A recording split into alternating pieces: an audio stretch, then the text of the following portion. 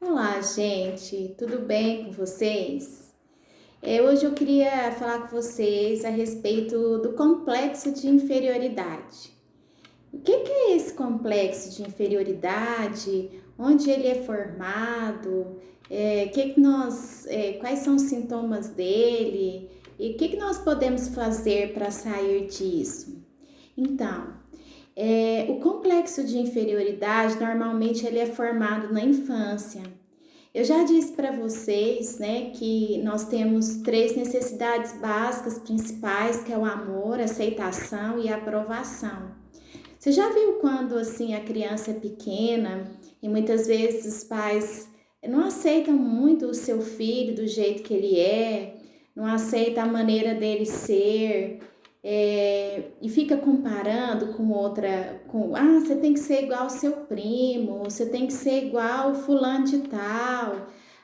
Fulano que é feliz por ter um filho assim. Você tem que ser estudioso, ser inteligente, igual ao ciclano, né? E daí a criança, ela vai aprendendo com aquilo dali que aos olhos dos seus pais, ou seja, que são o seu espelho, ela não é boa o suficiente, que os outros são sempre melhores do que elas.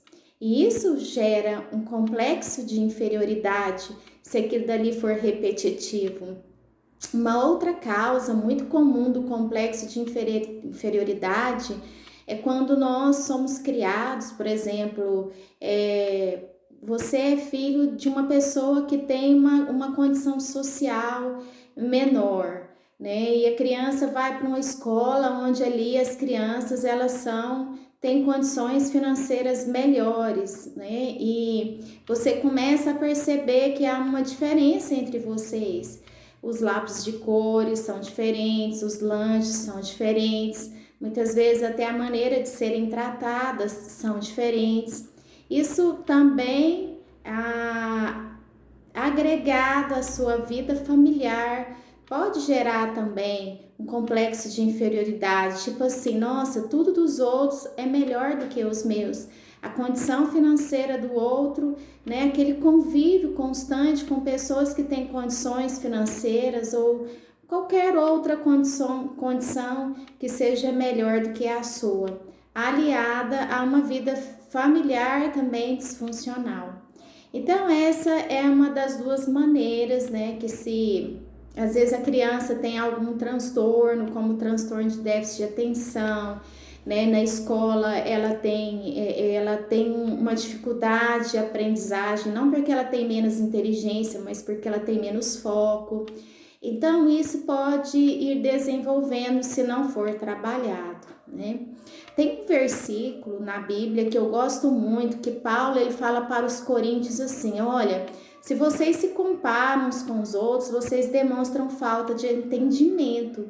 O que ele estava querendo dizer com isso? Não dá para a gente ficar comparando a nossa vida, o nosso chamado, a nossa profissão, porque cada um é um ser humano singular, cada um é um ser único, um ser individual, criado por Deus para cumprir um propósito.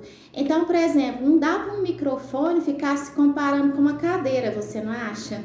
Porque ele foi criado com um propósito diferente do propósito da cadeira. Então, se ele olhar para a cadeira e disser, eu queria ser igual a cadeira, porque eu não sou igual a cadeira, eu sou inferior à cadeira, né? Não ia dar certo, né? Então, quando nós começamos a perceber em nós, né? E muitas vezes a terapia ajuda muito, né? A comunidade que você está ajuda muito. Nós chamamos de neuroplasticidade, é quando as suas conexões elas vão começando a ficar diferentes, porque o seu ambiente também vai mudando e você começa a perceber as coisas de uma forma diferente.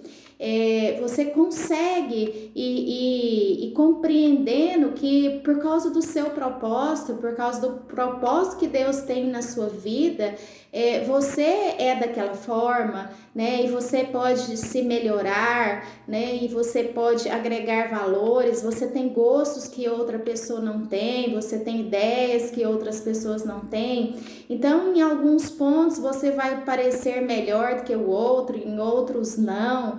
né? E o importante é você fazer desses dons, né, da sua forma de ser, um propósito mesmo para servir o ser humano nessa terra. Não achar que você é melhor porque você tem algumas diferenças, não agregar o seu potencial, a sua identidade, mas saber que você é um ser humano único, individual, que você tem suas qualidades e seus defeitos, e aquilo que é bom, seus talentos, os seus dons, eles foram dados por um Deus amoroso, né? É uma dádiva que você deve usar não para se considerar melhor que o outro, mas para você abençoar a vida do outro. Um beijo para você, fiquem com Deus.